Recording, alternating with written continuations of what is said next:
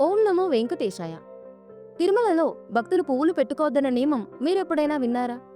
దీని వెనుక ఓ కారణం ఉంది. తిరుమల శ్రీ వెంకటేశ్వరుడు అలంకార ప్రియుడు. అందుకే ఏ వేడుక జరిగినా తిరుమల ఆలయంలో ఎక్కడ చూసినా పుష్పాలంకరణే కనిపిస్తుంది. తిరుమల కొండపై పూసిన పువ్వులన్నీ ఆ శ్రీనివాసుడికే చెందాలని అంటారు. అందుకే భక్తులు ఎవరూ కూడా పువ్వులు పెట్టుకోవద్దట. గతంలో తిరుమలేశునికి అలంకరించిన పువ్వులను భక్తులకు ఇచ్చేవారు. వాటిని ఆడవారు తలలో, మగవారు చెవిలో పెట్టుకునేవారట.